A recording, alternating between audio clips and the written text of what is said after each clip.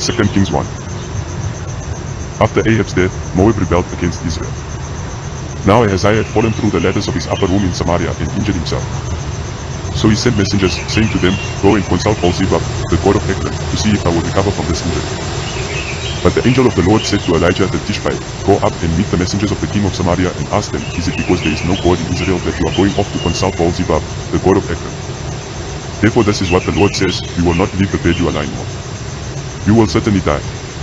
So Elijah went. When the messengers returned to the king, he asked them, Why have you come back? A man came to meet us, they replied. And he said to us, Go back to the king who sent you and tell him, This is what the Lord says, Is it because there is no God in Israel that you are sending messengers to consult Baal-zebub, the god of Ekron? Therefore you will not leave the bed you are lying on. You will certainly die. The king asked them, What kind of man was it who came to meet you and told you this? They replied, He had a garment of hair and had a leather belt around his waist. The king said, That was Elijah the Tishbite. Then he sent to Elijah a captain with his company of 50 men. The captain went up to Elijah, who was sitting on the top of a hill, and said to him, Man of God, the king says, Come down. Elijah answered the captain, If I am a man of God, may fire come down from heaven and consume you and your 50 men. Then fire fell from heaven and consumed the captain and his men. At this the king sent to Elijah another captain with his 50 men. The captain said to him, Man of God, this is what the king says, Come down at once. If I am a man of God, Elijah replied, May fire come down from heaven and consume you and your 50 men. Then the fire of God fell from heaven and consumed him and his 50 men. So the king sent a third captain with his 50 men. This third captain went up and fell on his knees before Elijah. Man of God, he begged, Please have respect for my life and the lives of these 50 men, your servants. See, fire has fallen from heaven and consumed the first two captains and all their men. But now I have respect for my life. The angel of the Lord said to Elijah, Go down with him, do not be afraid of him. So Elijah got up and went down with him to the king. He told the king, This is what the Lord says, Is it because there is no God in Israel for you to consult that you have sent messengers to consult Baal-zebub, the god of Ekron? Because you have done this, you will never leave the bed you are lying on. You will certainly die. So he died, according to the word of the Lord that Elijah had spoken. Because Ahaziah had no son, Joram succeeded him as king in the second year of Jehoram son of Jehoshaphat king of Judah. As for all the other events of Ahaziah's reign, and what he did, are they not written in the book of the annals of the kings of Israel? 2 Kings 2. When the Lord was about to take Elijah up to heaven in a whirlwind, Elijah and Elisha were on their way from Gilgal. Elijah said to Elisha, Stay here, the Lord has sent me to Bethel. But Elisha said, As surely as the Lord lives and as you live, I will not leave you. So they went down to Bethel. The company of the prophets at Bethel came out to Elisha and asked, Do you know that the Lord is going to take the master from you today? Yes, I know, Elisha replied, so be quiet. Then Elijah said to him, Stay here, Elisha, the Lord has sent me to Jericho. And he replied, As surely as the Lord lives and as you live, I will not leave you. So they went to Jericho. The company of the prophets at Jericho went up to Elisha and asked him, Do you know that the Lord is going to take your master from you today? Yes, I know, he replied, so be quiet. Then Elijah said to him, Stay here, the Lord has sent me to the Jordan. And he replied, As surely as the Lord lives and as you live, I will not leave you. So the two of them walked on. 50 men from the company of the prophets went and stood at a distance, facing the place where Elijah and Elisha had stopped at the Jordan. Elijah took his cloak, rolled it up and struck the water with it. The water divided to the right and to the left, and the two of them crossed over on dry ground. When they had crossed, Elijah said to Elisha, Tell me, what can I do for you before I am taken from you? Let me inherit a double portion of your spirit, Elisha replied. You have asked a difficult thing, Elijah said, Yet if you see me when I am taken from you, it will be yours, otherwise it will not. As they were walking along and talking together, suddenly a chariot of fire and horses of fire appeared and separated the two of them, and Elijah went up to heaven in a whirlwind. Elisha saw this and cried out, My father! My father! The chariots and horsemen of Israel! And Elisha saw him no more. Then he took hold of his garment and tore it in two. Elisha then picked up Elijah's cloak that had fallen from him and went back and stood on the bank of the Jordan. He took the cloak that had fallen from Elijah and struck the water with it. Where now is the Lord, the God of Elijah? He asked. When he struck the water, it divided to the right and to the left, and he crossed over. The company of the prophets from Jericho, who were watching, said, The spirit of Elijah is resting on Elisha. And they went to meet him and bowed to the ground before him. Look, they said, We your servants have 50 able men. Let them go and look for your master. Perhaps the spirit of the Lord has picked him up and set him down on some mountain or in some valley. No, Elisha replied, do not send them. But they persisted until he was too embarrassed to refuse. So he said, send them. And they sent 50 men, who searched for 3 days but did not find him. When they returned to Elisha, who was staying in Jericho, he said to them, didn't I tell you not to go? The people of the city said to Elisha, look, our Lord, this town is well situated, as you can see, but the water is bad and the land is unproductive. Bring me a new bowl, he said, and put salt in it. So they brought it to him. Then he went out to the spring and threw the salt into it, saying, this is what the Lord says, I have healed this water. Never again will it cause death or make the land unproductive. And the water has remained pure to this day, according to the word Elisha had spoken. From there Elisha went up to Bethel. As he was walking along the road, some boys came out of the town and jeered at him. Get out of here, Baldy, they said. Get out of here, Baldy. He turned around, looked at them and called down a curse on them in the name of the Lord. Then 2 bears came out of the woods and mauled 42 of the boys. And he went on to Mount Carmel and from there returned to Samaria. 2 Kings 3. Joram son of Ahab became king of Israel in Samaria in the 18th year of Jehoshaphat king of Judah, and he reigned 12 years. He did evil in the eyes of the Lord, but not as his father and mother had done. He got rid of the sacred stone of Baal that his father had made. Nevertheless, he clung to the sins of Jeroboam son of Nebat, which he had caused Israel to commit. He did not turn away from them. Now Misha king of Moab raised sheep, and he had to pay the king of Israel a tribute of 100,000 lambs and the wool of 100,000 rams. But after Ahab died, the king of Moab rebelled against the king of Israel. So at that time King Joram set out from Samaria and mobilized all Israel. He also sent this message to Jehoshaphat king of Judah, the king of Moab has rebelled against me. Will you go with me to fight against Moab? I will go with you, he replied. I am as you are, my people as your people, my horses as your horses. By what route shall we attack? He asked. Through the desert of Edom, he answered. So the king of Israel set out with the king of Judah and the king of Edom. After a roundabout march of 7 days, the army had no more water for themselves or for the animals with them. What? Exclaimed the king of Israel. Has the Lord called us 3 kings together only to deliver us into the hands of Moab? But Jehoshaphat asked, is there no prophet of the Lord here, through whom we may inquire of the Lord? An officer of the king of Israel answered, Elisha son of Shaphat is here. He used to pour water on the hands of Elijah. Jehoshaphat said, the word of the Lord is with him. So the king of Israel and Jehoshaphat and the king of Edom went down to him. Elisha said to the king of Israel, why do you want to involve me? Go to the prophets of your father and the prophets of your mother. No, the king of Israel answered, because it was the Lord who called us 3 kings together to deliver us into the hands of Moab. Elisha said, as surely as the Lord Almighty lives, whom I serve, if I did not have respect for the presence of Jehoshaphat king of Judah, I would not pay any attention to you. But now bring me a harpist. While the harpist was playing, the hand of the Lord came on Elisha and he said, this is what the Lord says, I will fill this valley with pools of water. For this is what the Lord says, you will see neither wind nor rain, yet this valley will be filled with water, and you, your cattle and your other animals will drink. This is an easy thing in the eyes of the Lord, he will also deliver Moab into your hands. You will overthrow every fortified city and every major town. You will cut down every good tree, stop up all the springs, and ruin every good field with stones. The next morning, about the time for offering the sacrifice, there was water flowing from the direction of Edom. And the land was filled with water.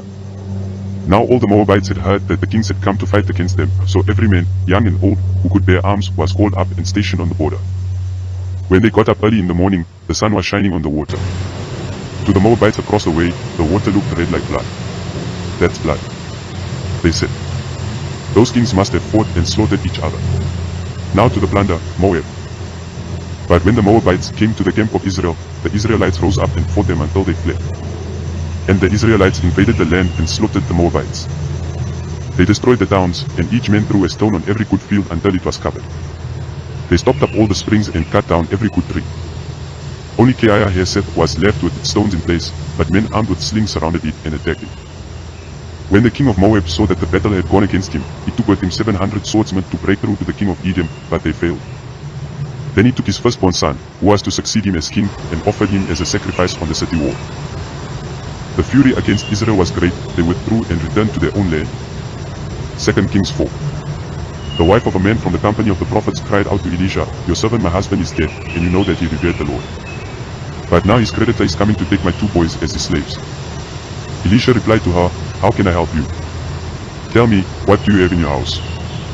Your servant has nothing there at all, she said, except a small jar of olive oil. Elisha said, "Go around and ask all your neighbors for empty jars. Don't ask for just a few. Then go inside and shut the door behind you and your sons. Pour oil into all the jars, and as each is filled, put it to one side." She left him and shut the door behind her and her sons. They brought the jars to her and she kept pouring. When all the jars were full, she said to her son, "Bring me another one." But he replied, "There is not a jar left." Then the oil stopped flowing. She went and told the man of God, and he said, "Go, sell the oil and pay your debts. You and your sons can live on what is left." One day Elisha went to Shunem, and a well-to-do woman was there who urged him to stay for a meal. So whenever he came by, he stopped there to eat. She said to her husband, "I know that this man who often comes our way is a holy man of God.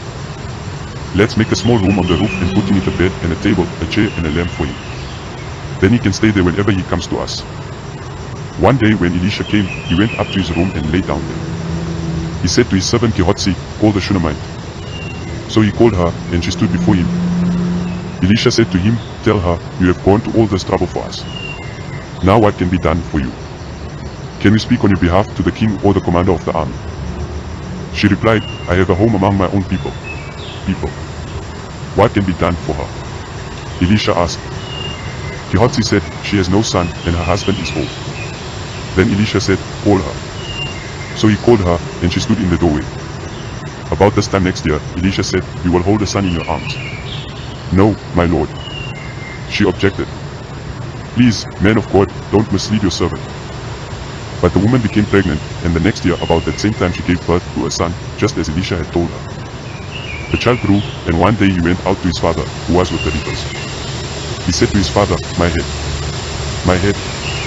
His father told the servant, "Carry him to his mother."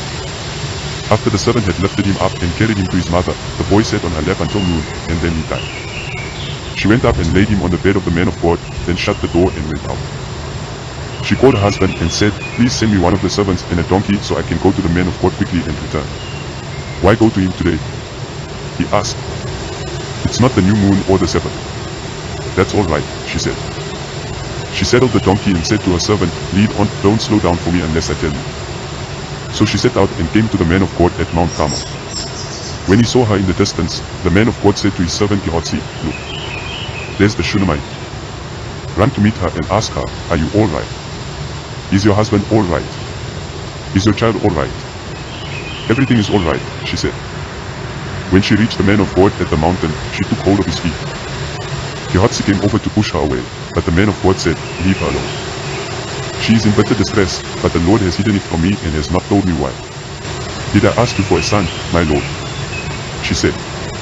"Didn't I tell you, don't raise my hopes?" Elisha said to Gehazi, "Tuck your cloak into your belt, take my staff in your hand and run. Run. Don't greet anyone you meet, and if anyone greets you, do not answer. Lay my staff on the boy's face." But the child's mother said, "As surely as the Lord lives and as you live, I will not leave you." So he got up and followed her. Gehazi went on ahead and laid the staff on the boy's face, but there was no sound or response.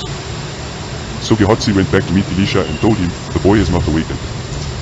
When Elisha reached the house, there was the boy lying dead on his couch. He went in, shut the door on the two of them and prayed to the Lord.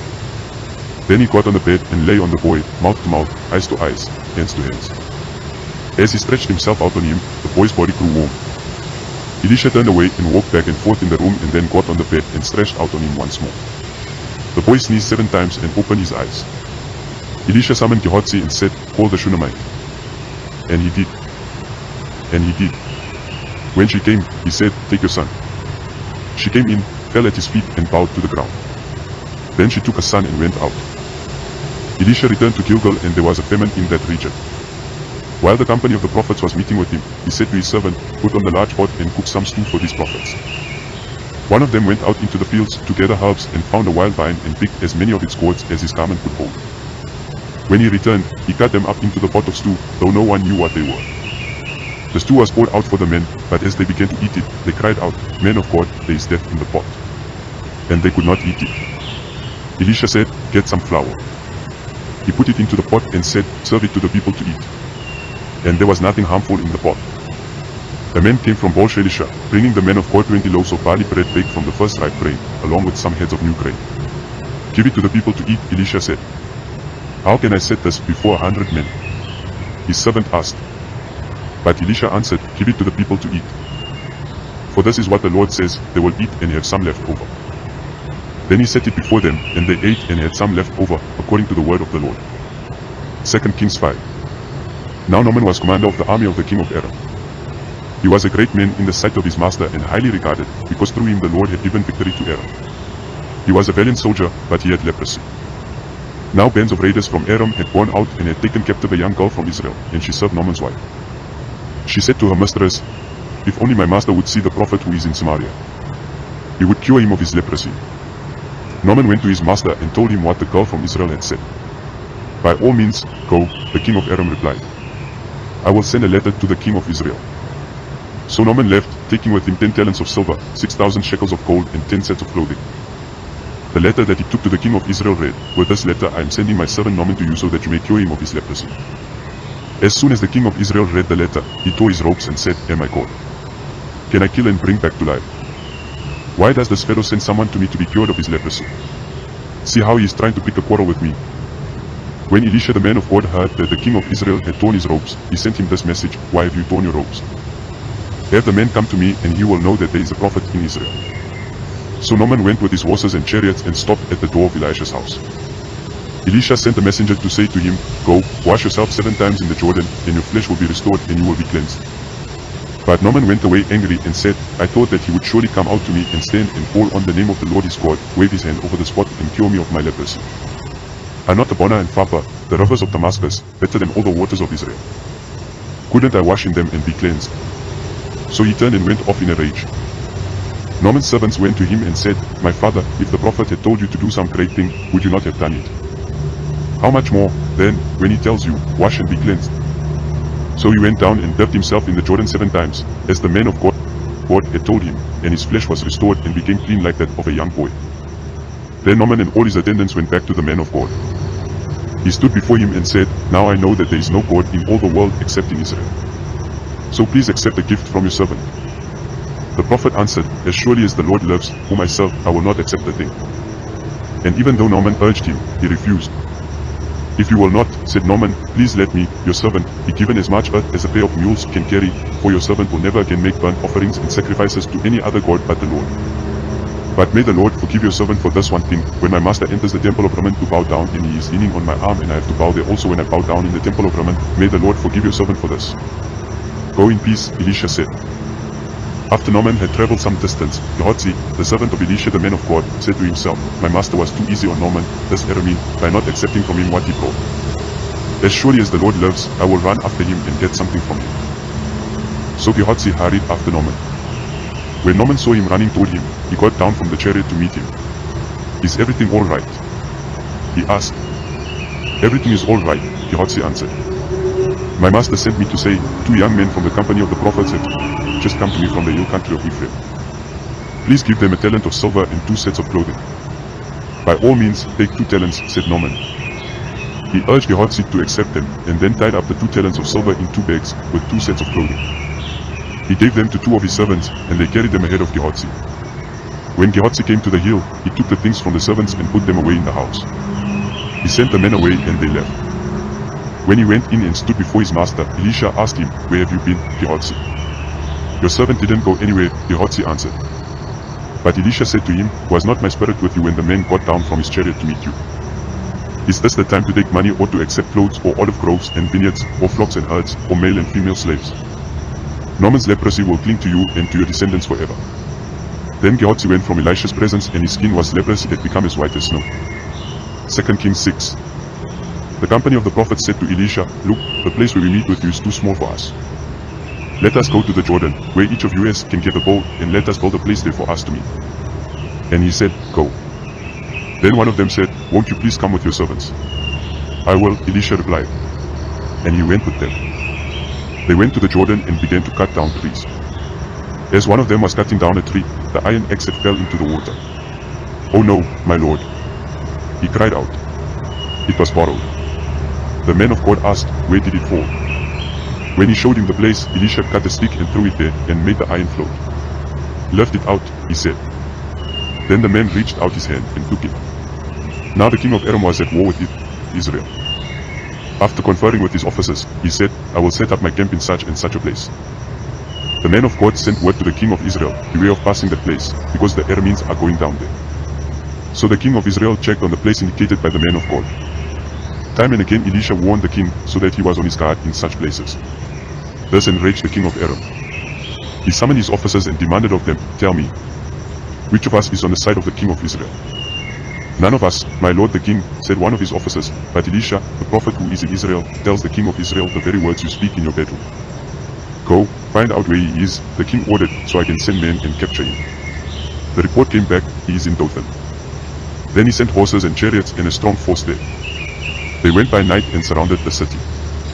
When the servant of the man of God got up and went out early the next morning, an army with horses and chariots had surrounded the city. Oh no, my lord. What shall we do? The servant asked. Don't be afraid, the prophet answered. Those who are with us are more than those who are with them. And Elisha prayed, open his eyes, Lord, so that he may see. Then the Lord opened the servant's eyes, and he looked and saw the hills full of horses and chariots of fire all around Elisha. As the enemy came down toward him, Elisha prayed to the Lord, strike this army with blindness. So he struck them with blindness, as Elisha had asked. Elisha told them, this is not the road and this is not the city.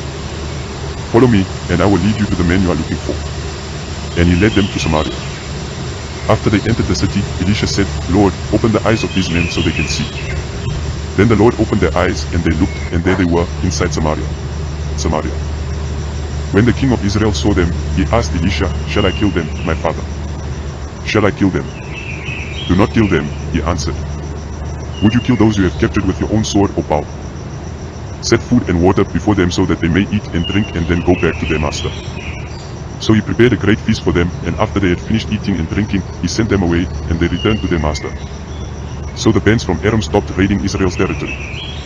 Sometime later, Ben-Hadad king of Aram mobilized his entire army and marched up and laid siege to Samaria. There was a great famine in the city. The siege lasted so long that the donkeys had sold for 80 shekels of silver, and a quarter of a cab of seed pods for 5 shekels. As the king of Israel was passing by on the wall, a woman cried to him, help me, my lord the king. The king replied, if the Lord does not help you, where can I get help for you? From the threshing floor. From the winepress. Then he asked her, what's the matter? She answered, this woman said to me, give up your son so we may eat him today, and tomorrow we'll eat my son. So we cooked my son and ate him. The next day I said to her, give up your son so we may eat him, but she had hidden him. When the king heard the woman's words, he tore his robes. As he went along the wall, the people looked, and they saw that, under his robes, he had sackcloth on his body. He said, may God deal with me, be it ever so severely, if the head of Elisha son of Shaphat remains on his shoulders today. Now Elisha was sitting in his house, and the elders were sitting with him. The king sent a messenger ahead, but before he arrived, Elisha said to the elders, don't you see how this murderer is sending someone to cut off my head? Look, when the messenger comes, shut the door and hold it shut against him. Is not the sound of his master's footsteps behind him? While he was still talking to them, the messenger came down to him. The king said, this disaster is from the Lord. Why should I wait for the Lord any longer? 2 Kings 7. Elisha replied, hear the word of the Lord. This is what the Lord says, about this time tomorrow, a seah of the finest flour will sell for a shekel and 2 seahs of barley for a shekel at the gate of Samaria. The officer on whose arm the king was leaning said to the man of God, look, even if the Lord should open the floodgates of the heavens, could this happen? You will see it with your own eyes, answered Elisha, but you will not eat any of it. Now there were 4 men with leprosy at the entrance of the city gate. They said to each other, why stay here until we die? If we say, we'll go into the city, the famine is there, and we will die. And if we stay here, we will die. So let's go over to the camp of the Arameans and surrender. If they spare us, we live. If they kill us, then we die. At dusk they got up and went to the camp of the Arameans. When they reached the edge of the camp, no one was there, for the Lord had caused the Arameans to hear the sound of chariots and horses and a great army, so that they said to one another, look, the king of Israel has hired the Hittite and Egyptian kings to attack us. So they got up and fled in the dusk and abandoned their tents and their horses and donkeys. They left the camp as it was and ran for their lives. The men who had leprosy reached the edge of the camp, entered one of the tents and ate and drank. Then they took silver, gold and clothes and went off and hid them. They returned and entered another tent and took some things from it and hid them also. Then they said to each other, what we are doing is not right. This is a day of good news and we are keeping it to ourselves. If we wait until daylight, punishment will overtake us. Let's go at once and report this to the royal palace. So they went and called out to the city gatekeepers and told them, "We went into the Aramean camp and no one was there, not a sound of anyone, only tethered horses and donkeys, and the tents left just as they were." The gatekeepers shouted the news, and it was reported within the palace. The king got up in the night and said to his officers, "I will tell you what the Arameans have done to us. They know we are starving, so they have left the camp to hide in the countryside, thinking they will surely come out, and then we will take them alive and get into the city." One of his officers answered, "Have some men take 5 of the horses that are left in the city. Their plight will be like that of all the Israelites left here, yes, they will only be like all these Israelites who are doomed. So let us send them to find out what happened." So they selected 2 chariots with their horses, and the king sent them after the Aramean army. He commanded the drivers, "Go and find out what has happened." They followed them as far as the Jordan, and they found the whole road strewn with the clothing and equipment the Arameans had thrown away in their headlong flight. So the messengers returned and reported to the king. Then the people went out and plundered the camp of the Arameans. So a seah of the finest flour sold for a shekel, and 2 seahs of barley sold for a shekel, as the Lord had said. Now the king had put the officer on whose arm he leaned in charge of the gate, and the people trampled him in the gateway, and he died, just as the man of God had foretold when the king came down to his house. It happened as the man of God had said to the king, "About this time tomorrow, a seah of the finest flour will sell for a shekel, and 2 seahs of barley for a shekel at the gate of Samaria." The officer had said to the man of God, "Look, even if the Lord should open the floodgates of the heavens, could this happen?"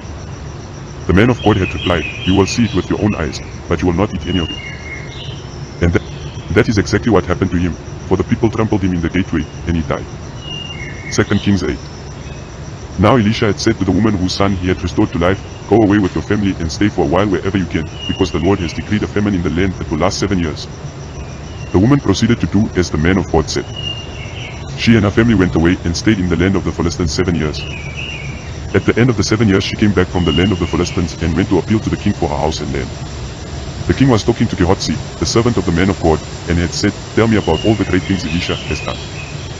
Just as Gehazi was telling the king how Elisha had restored the dead to life, the woman whose son Elisha had brought back to life came to appeal to the king for her house and land. Gehazi said, "This is the woman, my lord the king, and this is her son whom Elisha restored to life." The king asked the woman about it, and she told him. Then he assigned an official to her case and said to him, "Give back everything that belonged to her, including all the income from her land from the day she left the country until now." Elisha went to Damascus, and Ben-Hadad king of Aram was ill. When the king was told, "The man of God has come all the way up here," he said to Hazael, "Take a gift with you and go to meet the man of God. Consult the Lord through him, ask him, will I recover from this illness?" Hazael went to meet Elisha, taking with him as a gift 40 camel loads of all the finest wares of Damascus. He went in and stood before him and said, "Your son Ben-Hadad king of Aram has sent me to ask, will I recover from this illness?" Elisha answered, "Go and say to him, you will certainly recover. Nevertheless, the Lord has revealed to me that he will in fact die." He stared at him with a fixed gaze until Hazael was embarrassed. Then the man of God began to weep. "Why is my Lord weeping?" asked Hazael. "Because I know the harm you will do to the Israelites," he answered. "You will set fire to their fortified places, kill the young men with the sword, dash their little children to the ground, and rip open their pregnant women." Hazael said, "How could your servant, a mere dog, accomplish such a feat?" "The Lord has shown me that you will become king of Aram," answered Elisha. Then Hazael left Elisha and returned to his master. When Ben-Hadad asked, "What did Elisha say to you?" Hazael replied, "He told me that you would certainly recover." But the next day he took a thick cloth, soaked it in water, and spread it over the king's face so that he died. Then Hazael succeeded him as king. In the 5th year of Joram son of Ahab king of Israel, when Jehoshaphat was king of Judah, Jehoram son of Jehoshaphat began his reign as king of Judah. He was 32 years old when he became king, and he reigned in Jerusalem 8 years. He followed the ways of the kings of Israel, as the house of Ahab had done, for he married a daughter of Ahab. He did evil in the eyes of the Lord. Nevertheless, for the sake of his servant David, the Lord was not willing to destroy Judah. He had promised to maintain a lamp for David and his descendants forever. In the time of Jehoram, Edom rebelled against Judah and set up its own king. So Jehoram went to Zair with all his chariots. The Edomites surrounded him and his chariot commanders, but he rose up and broke through by night at his army, however, fled back home. To this day Edom has been in rebellion against Judah. Libnah revolted at the same time. As for the other events of Jehoram's reign, and all he did, are they not written in the book of the annals of the kings of Judah? Jehoram rested with his ancestors and was buried with them in the city of David. And Ahaziah his son succeeded him as king. In the 12th year of Joram son of Ahab king of Israel, Ahaziah son of Jehoram king of Judah began to reign. Ahaziah was 22 years old when he became king, and he reigned in Jerusalem 1 year. His mother's name was Athaliah, the granddaughter of Omri king of Israel. He followed the ways of the house of Ahab and did evil in the eyes of the Lord, as the house of Ahab had done, for he was related by marriage to Ahab's family. Ahaziah went with Joram son of Ahab to war against Hazael king of Aram at Ramoth Gilead. The Arameans wounded Joram, so King Joram returned to Jezreel to recover from the wounds the Arameans had inflicted on him at Ramoth in his battle with Hazael king of Aram. Then Ahaziah son of Jehoram king of Judah went down to Jezreel to see Joram son of Ahab, because he had been wounded. 2 Kings 9. The prophet Elisha summoned a man from the company of the prophets and said to him, "Tuck your cloak into your belt, take this flask of olive oil with you and go to Ramoth Gilead. When you get there, look for Jehu son of Jehoshaphat, the son of Nimshi. Go to him, get him away from his companions and take him into an inner room. Then take the flask and pour the oil on his head and declare, 'This is what the Lord says, I anoint you king over Israel.' Then open the door and run, don't delay." So the young prophet went to Ramoth Gilead. When he arrived, he found the army officers sitting together. "I have a message for you, commander," he said. "For which of us?" asked Jehu. "For you, commander," he replied. Jehu got up and went into the house.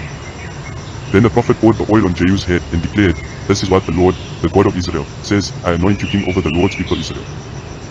You are to destroy the house of Ahab your master, and I will avenge the blood of my servants the prophets and the blood of all the Lord's servants shed by Jezebel. The whole house of Ahab will perish.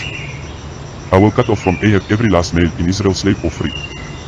I will make the house of Ahab like the house of Jeroboam son of Nebat and like the house of Baasha son of Ahijah. As for Jezebel, dogs will devour her on the plot of ground at Jezreel, and no one will bury her." Then he opened the door and ran. When Jehu went out to his fellow officers, one of them asked him, "Is everything all right? Why did this maniac come to you?" "You know the man and the sort of things he says," Jehu replied. "That's not true," they said. "Tell us." Jehu said, "Here is what he told me, this is what the Lord says, I anoint you king over Israel." They quickly took the cloaks and spread them under him on the bare steps. Then they blew the trumpet and shouted, "Jehu is king." So Jehu son of Jehoshaphat, the son of Nimshi, conspired against Joram. Now Joram and all Israel had been defending Ramoth Gilead against Hazael king of Aram, but King Joram had returned to Jezreel to recover from the wounds the Arameans had inflicted on him in the battle with Hazael king of Aram. Jehu said, "If you desire to make me king, don't let anyone slip out of the city to go and tell the news in Jezreel." Then he got into his chariot and rode to Jezreel, because Joram was resting there and Ahaziah king of Judah had gone down to see him. When the lookout standing on the tower in Jezreel saw Jehu's troops approaching, he called out, "I see some troops coming." "Get the horseman," Joram ordered. "Send him to meet them and ask, 'Do you come in peace?'" The horseman rode off to meet Jehu and said, "This is what the king says, do you come in peace? What do you have to do with peace?" Jehu replied, "Fall in behind me." The lookout reported, "The messenger has reached them, but he isn't coming back." So the king sent out the second horseman.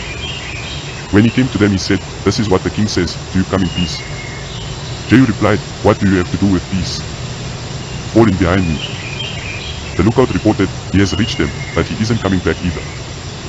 The driving is like that of Jehu son of Nimshi, he drives like a maniac. "Hitch up my chariot," Joram ordered. And when it was hitched up, Joram king of Israel and Ahaziah king of Judah rode out, each in his own chariot, to meet Jehu. They met him at the plot of ground that had belonged to Naboth the Jezreelite. When Joram saw Jehu he asked, "Have you come in peace, Jehu?" "How can there be peace?" Jehu replied, "as long as all the idolatry and witchcraft of your mother Jezebel abound." Joram turned about and fled, calling out to Ahaziah, "Treachery, Ahaziah." Then Jehu drew his bow and shot Joram between the shoulders. The arrow pierced his heart and he slumped down in his chariot. Jehu said to Bidkar, his chariot officer, "Pick him up and throw him on the field that belonged to Naboth the Jezreelite.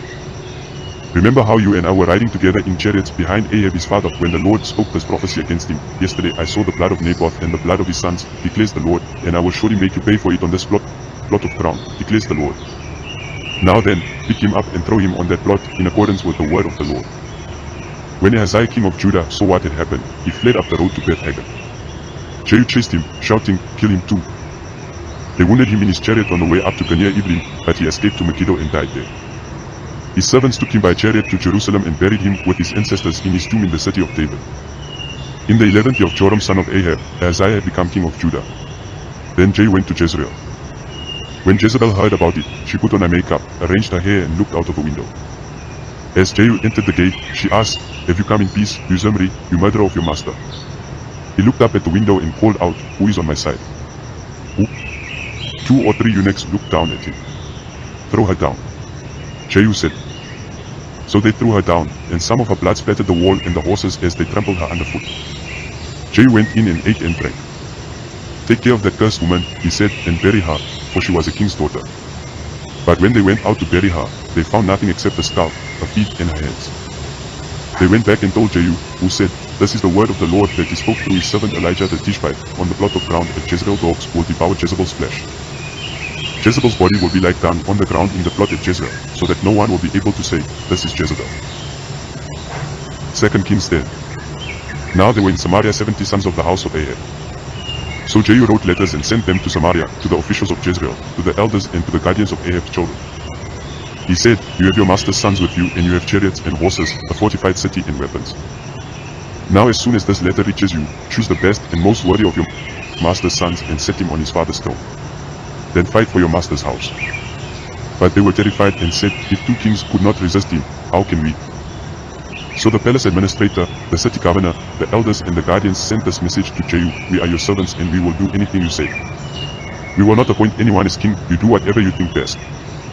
Then Jehu wrote them a second letter, saying, If you are on my side and will obey me, take the heads of your master's sons and come to me in Jezreel by this time tomorrow. Now the royal princes, 70 of them, were with the leading men of the city, who were rearing them. When the letter arrived, these men took the princes and slaughtered all 70 of them. They put their heads in baskets and sent them to Jehu in Jezreel. When the messenger arrived, he told Jehu, They brought the heads of the princes. Then Jehu ordered, Put them in 2 piles at the entrance of the city gate until morning. The next morning Jehu went out. He stood before all the people and said, You are innocent. It was I who conspired against my master and killed him, but who killed all these? Know, then, that not a word the Lord has spoken against the house of Ahab will fail. The Lord has done what he announced through his servant Elijah. So Jehu killed everyone in Jezreel who remained of the house of Ahab, as well as all his chief men, his close friends and his priests, leaving him no survivor. Jehu then set out and went towards Samaria. At Beth-eked of the shepherds, he met some relatives of Ahaziah king of Judah and asked, Who are you? They said, We are relatives of Ahaziah, and we have come down to greet the families of the king and of the queen mother. Take them alive. He ordered. So they took them alive and slaughtered them by the well of Beth-eked, 42 of them. He left no survivor. After he left there, he came upon Jehonadab son of Rechab, who was on his way to meet him. Jehu greeted him and said, Are you in accord with me, as I am with you? I am, Jehonadab answered. If so, said Jehu, give me your hand. So he did, and Jehu helped him up into the chariot. Jehu said, Come with me and see my zeal for the Lord. Then he had him ride along in his chariot. When Jehu came to Samaria, he killed all who were left there of Ahab's family. He destroyed them, according to the word of the Lord spoken to Elijah. Then Jehu brought all the people together and said to them, Ahab served Baal a little, Jehu will serve him much. Now summon all the prophets of Baal, all his servants and all his priests. See that no one is missing, because I am going to hold a great sacrifice for Baal. Anyone who fails to come will no longer live. But Jehu was acting deceptively in order to destroy the servants of Baal. Jehu said, Call an assembly in honor of Baal. So they proclaimed it. Then he sent word throughout Israel, and all the servants of Baal came, not one stayed away. They crowded into the temple of Baal until it was full from one end to the other. And Jehu said to the keeper of the wardrobe, Bring robes for all the servants of Baal. So he brought out robes for them. Then Jehu and Jehonadab son of Rechab went into the temple of Baal. Jehu said to the servants of Baal, Look around and see that no one who serves the Lord is here with you, only servants of Baal. So they went in to make sacrifices and burnt offerings. Now Jehu had posted 80 men outside with this warning. If one of you lets any of the men I am placing in your hands escape, it will be your life for his life. As soon as Jehu had finished making the burnt offering, he ordered the guards and officers, Go in and kill them, let no one escape. So they cut them down with the sword. The guards and officers threw the bodies out and then entered the inner shrine of the temple of Baal. They brought the sacred stone out of the temple of Baal and burned it. They demolished the sacred stone of Baal and tore down the temple of Baal, and people have used it for a latrine to this day. So Jehu destroyed Baal worship in Israel. However, he did not turn away from the sins of Jeroboam son of Nebat, which he had caused Israel to commit the worship of the golden calves at Bethel and Dan. The Lord said to Jehu, Because you have done well in accomplishing what is right in my eyes, and have done to the house of Ahab all I had in mind to do, your descendants will sit on the throne of Israel to the 4th generation. Yet Jehu was not careful to keep the law of the Lord, the God of Israel, with all his heart. He did not turn away from the sins of Jeroboam, which he had caused Israel to commit. In those days the Lord began to reduce the size of Israel. Hazael overpowered the Israelites throughout their territory east of the Jordan in all the land of Gilead, the region of Gad, Reuben and Manasseh, from Aroer by the Arnon Gorge through Gilead to Bashan. As for the other events of Jehu's reign, all he did, and all his achievements, are they not written in the book of the annals of the kings of Israel? Jehu rested with his ancestors and was buried in Samaria. And Jehoahaz his son succeeded him as king. The time that Jehu reigned over Israel in Samaria was 28 years. 2 Kings 11. When Athaliah the mother of Ahaziah saw that her son was dead, she proceeded to destroy the whole royal family. But Jehoshaphat, the daughter of King Jehoram and sister of Ahaziah, took Joash son of Ahaziah and stole him away from among the royal princes who were about to be murdered. She put him and his nurse in a bedroom to hide him from Athaliah, so he was not killed. He remained hidden with his nurse at the temple of the Lord for 6 years while Athaliah ruled the land. In the 7th year Jehoiada sent for the commanders of units of 100, the Karites and the guards, and had them brought to him at the temple of the Lord. He made a covenant with them and put them under oath at the temple of the Lord. Then he showed them the king's son. He commanded them, saying, "This is what you are to do, you who are in the 3 companies that are going on duty on the Sabbath, a third of you guarding the royal palace, a third at the gate, and a third at the gate behind the guard, who take turns guarding the temple, and you who are in the other 2 companies that normally go off Sabbath duty are all to guard the temple for the king. Station yourselves around the king, each of you with weapon in hand. Anyone who approaches your ranks is to be put to death. Stay close to the king wherever he goes." The commanders of units of 100 did just as Jehoiada the priest ordered. Each one took his men, those who were going on duty on the Sabbath and those who were going off duty, and came to Jehoiada the priest. Then he gave the commanders the spears and shields that had belonged to King David and that were in the temple of the Lord. The guards, each with weapon in hand, stationed themselves around the king near the altar and the temple, from the south side to the north side of the temple. Jehoiada brought out the king's son and put the crown on him. He presented him with a copy of the covenant and proclaimed him king. They anointed him, and the people clapped their hands and shouted, "Long live the king!" When Athaliah heard the noise made by the guards and the people, she went to the people at the temple of the Lord. She looked, and there was the king, standing by the pillar, as the custom was. The officers and the trumpeters were beside the king, and all the people of the land were rejoicing and blowing trumpets. Then Athaliah tore her robes and called out, "Treason! Treason!" Jehoiada the priest ordered the commanders of units of 100, who were in charge of the troops, bring her out between the ranks and put to the sword anyone who follows her. For the priest had said, "She must not be put to death in the temple of the Lord." So they seized her as she reached the place where the horses enter the palace grounds, and there she was put to death. Jehoiada then made a covenant between the Lord and the king and people that they would be the Lord's people. He also made a covenant between the king and the people. All the people of the land went to the temple of Baal and tore it down. They smashed the altars and idols to pieces and killed Mattan the priest of Baal in front of the altars. Then Jehoiada the priest posted guards at the temple of the Lord. He took with him the commanders of hundreds, the Karites, the guards, and all the people of the land, and together they brought the king down from the temple of the Lord and went into the palace, entering by way of the gate of the guards. The king then took his place on the royal throne. All the people of the land rejoiced, and the city was calm, because Athaliah had been slain with the sword at the palace. Joash was 7 years old when he began to reign. 2 Kings 12. In the 7th year of Jehu, Joash became king, and he reigned in Jerusalem 40 years. His mother's name was Zibiah, she was from Beersheba. Joash did what was right in the eyes of the Lord all the years Jehoiada the priest instructed him. The high places, however, were not removed. The people continued to offer sacrifices and burn incense there. Joash said to the priests, "Collect all the money that is brought as sacred offerings to the temple of the Lord, the money collected in the census, the money received from personal vows, and the money brought voluntarily to the temple. Let every priest receive the money from one of the treasurers, then use it to repair whatever damage is found in the temple." But by the 23rd year of King Joash the priest still had not repaired the temple. Therefore King Joash summoned Jehoiada the priest and the other priests and asked them, "Why aren't you repairing the damage done to the temple?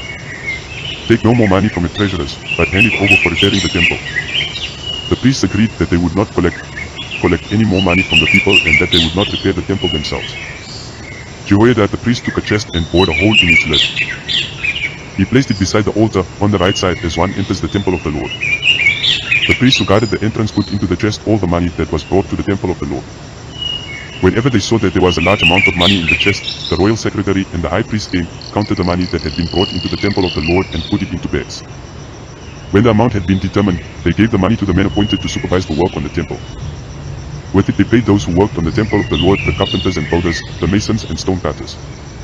They purchased timber and blocks of dressed stone for the repair of the temple of the Lord, and met all the other expenses of restoring the temple. The money brought into the temple was not spent for making silver basins, big trimmers, sprinkling bowls, trumpets, or any other articles of gold or silver for the temple of the Lord. It was paid to the workers, who used it to repair the temple. They did not require an accounting from those to whom they gave the money to pay the workers, because they acted with complete honesty. The money from the guilt offerings and sin offerings was not brought into the temple of the Lord, it belonged to the priests. About this time Hazael king of Aram went up and attacked Gath and captured it. Then he turned to attack Jerusalem. But Joash king of Judah took all the sacred objects dedicated by his predecessors Jehoshaphat, Jehoram and Ahaziah, the kings of Judah, and the gifts he himself had dedicated, and all the gold found in the treasuries of the temple of the Lord and of the royal palace, and he sent them to Hazael king of Aram, who then withdrew from Jerusalem.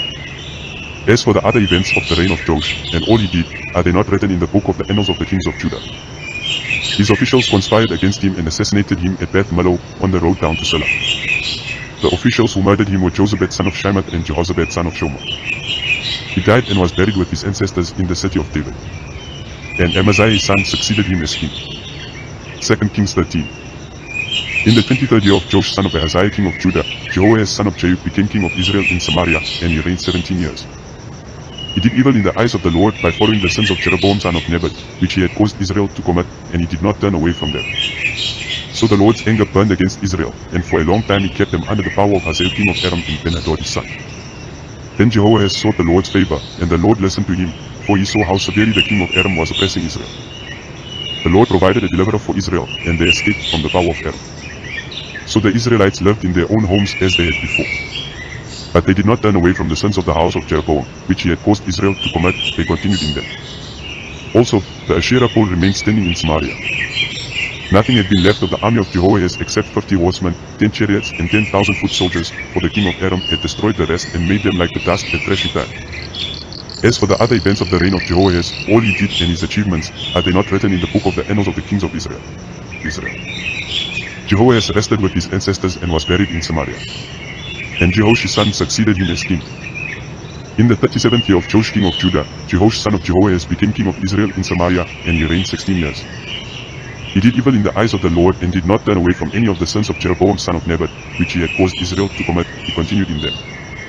As for the other events of the reign of Jehoash, all he did and his achievements, including his war against Amaziah king of Judah, are they not written in the book of the annals of the kings of Israel?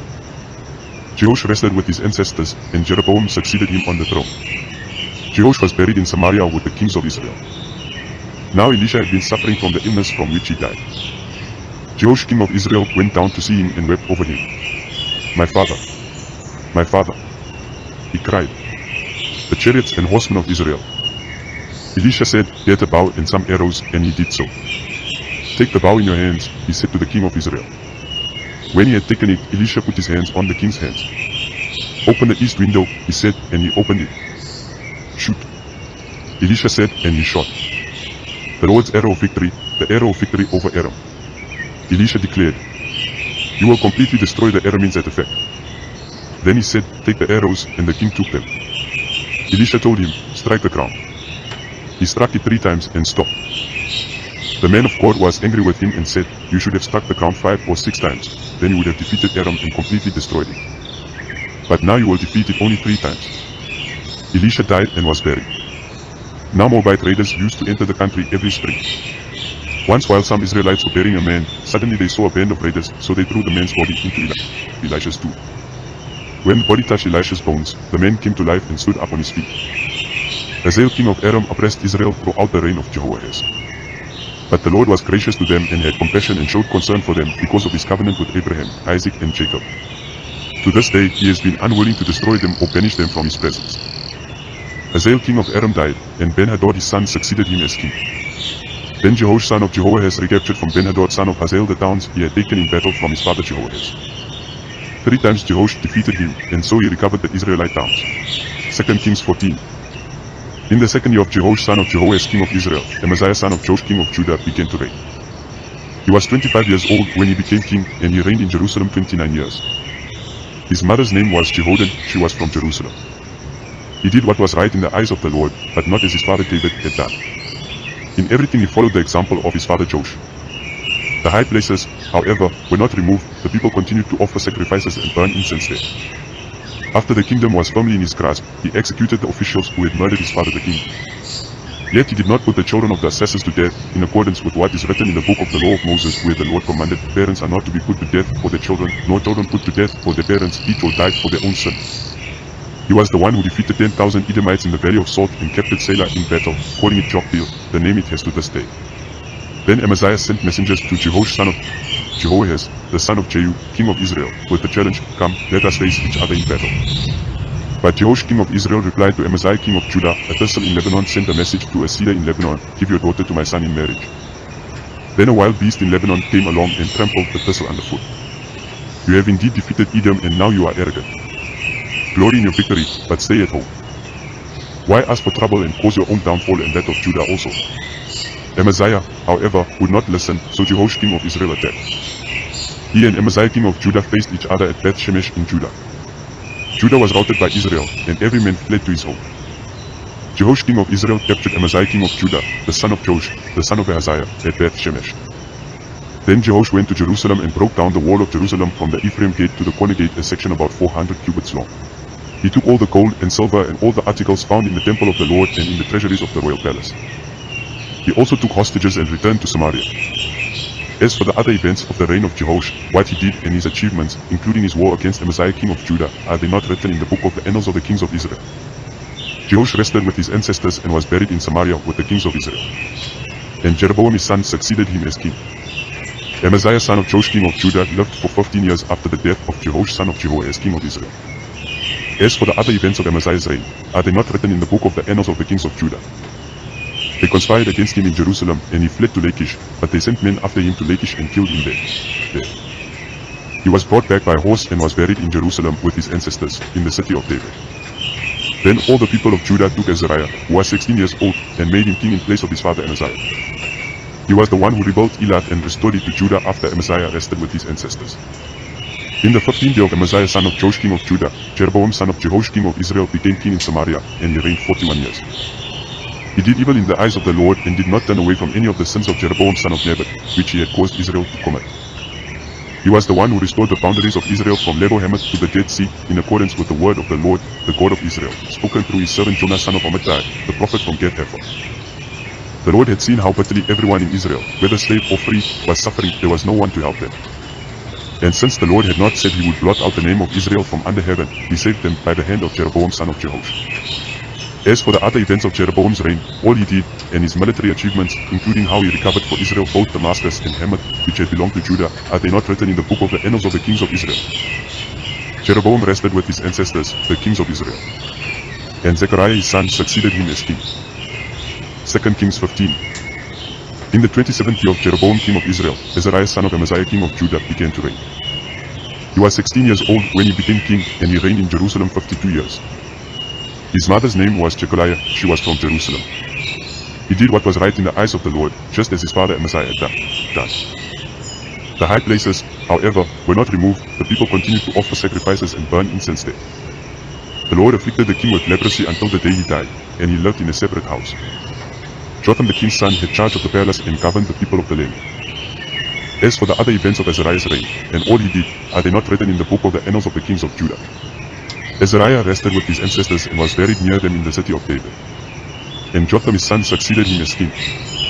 In the 38th year of Azariah king of Judah, Zechariah son of Jeroboam became king of Israel in Samaria, and he reigned 6 months. He did evil in the eyes of the Lord, as his predecessors had done. He did not turn away from the sins of Jeroboam son of Nebat, which he had caused Israel to commit. Shallum son of Jabesh conspired against Zechariah. He attacked him in front of the people, assassinated him, and succeeded him as king. The other events of Zechariah's reign are written in the book of the annals of the kings of Israel. So the word of the Lord spoken to Jehu was fulfilled, your descendants will sit on the throne of Israel to the 4th generation. Shallum son of Jabesh became king in the 39th year of Uzziah king of Judah, and he reigned in Samaria 1 month. Then Menahem son of Godi went from Tirzah up to Samaria. He attacked Shallum son of Jabesh in Samaria, assassinated him, and succeeded him as king. The other events of Shallum's reign, and the conspiracy he led, are written in the book of the annals of the kings of Israel. At that time Menahem, starting out from Tirzah, attacked Tifsah and everyone in the city and its vicinity, because they refused to open their gates. He sacked Tifsah and ripped open all the pregnant women. In the 39th year of Azariah king of Judah, Menahem son of Godi became king of Israel, and he reigned in Samaria 10 years. He did evil in the eyes of the Lord.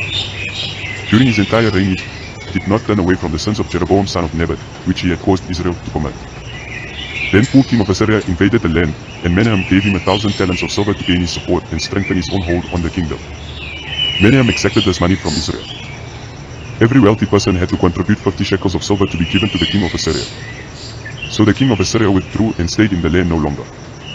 As for the other events of Menahem's reign, and all he did, are they not written in the book of the annals of the kings of Israel? Menahem rested with his ancestors, and Pekahiah his son succeeded him as king. In the 50th year of Azariah king of Judah, Pekahiah son of Menahem became king of Israel in Samaria, and he reigned 2 years. Pekahiah did evil in the eyes of the Lord. He did not turn away from the sins of Jeroboam son of Nebat, which he had caused Israel to commit. One of his chief officers, Pekah son of Remaliah, conspired against him. Taking 50 men of Gilead with him, he assassinated Pekahiah along with Agag and Uriah in the citadel of the royal palace at Samaria. So Pekah killed Pekahiah and succeeded him as king. The other events of Pekahiah's reign, and all he did, are written in the book of the annals of the kings of Israel. In the 52nd year of Azariah king of Judah, Pekah son of Remaliah became king of Israel in Samaria, and he reigned 20 years. He did evil in the eyes of the Lord. He did not turn away from the sins of Jeroboam son of Nebat, which he had caused Israel to commit. In the time of Pekah king of Israel, Tiglath-Pileser king of Assyria came and took Ijon, Abel-Beth-Maachah, Janoah, Kadesh and Hazor. He took Gilead and Galilee, including all the land of Naphtali, and deported the people to Assyria. Then Hoshea son of Elah conspired against Pekah son of Remaliah. He attacked and assassinated him, and then succeeded him as king in the 20th year of Jotham son of Uzziah. As for the other events of Pekah's reign, and all he did, are they not written in the book of the annals of the kings of Israel? In the 2nd year of Pekah son of Remaliah king of Israel, Jotham son of Uzziah king of Judah began to reign. He was 25 years old when he became king, and he reigned in Jerusalem 16 years. His mother's name was Jerusha daughter of Zadok. He did what was right in the eyes of the Lord, just as his father Uzziah had done. The high places, however, were not removed. The people continued to offer sacrifices and burn incense there. Jotham rebuilt the upper gate of the temple of the Lord. As for the other events of Jotham's reign, and what he did, are they not written in the book of the annals of the kings of Judah? In those days the Lord began to send Rezin king of Aram and Pekah son of Remaliah against Judah.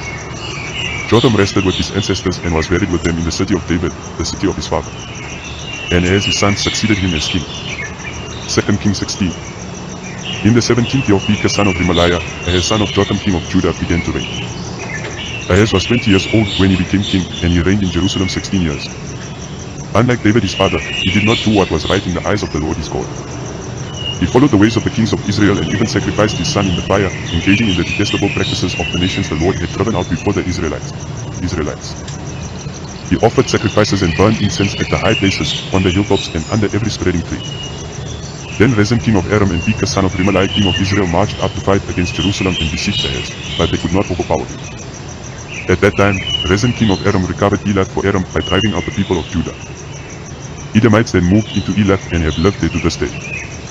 Ahaz sent messengers to say to Tiglath-Pileser king of Assyria, I am your servant and vassal. Come up and save me out of the hand of the king of Aram and of the king of Israel, who are attacking me. And Ahaz took the silver and gold found in the temple of the Lord and in the treasuries of the royal palace and sent it as a gift to the king of Assyria. The king of Assyria complied by attacking Damascus and capturing it. He deported its inhabitants to Keilah and put Rezin to death. Then King Ahaz went to Damascus to meet Tiglath-Pileser king of Assyria. He saw an altar in Damascus and sent to Uriah the priest a sketch of the altar with detailed plans for its construction. So Uriah the priest built an altar in accordance with all the plans that King Ahaz had sent from Damascus and finished it before King Ahaz returned. When the king came back from Damascus and saw the altar, he approached it and presented offerings on it. He offered up his burnt offering and grain offering, poured out his drink offering, and splashed the blood of his fellowship offerings against the altar. As for the bronze altar that stood before the Lord, he brought it from the front of the temple from between the new altar and the temple of the Lord and put it on the north side of the new altar. King Ahaz then gave these orders to Uriah the priest: on the large new altar, offer the morning burnt offering and the evening grain offering, the king's burnt offering and his grain offering, and the burnt offering of all the people of the land, and their grain offering and their drink offering. Splash against this altar the blood of all the burnt offerings and sacrifices.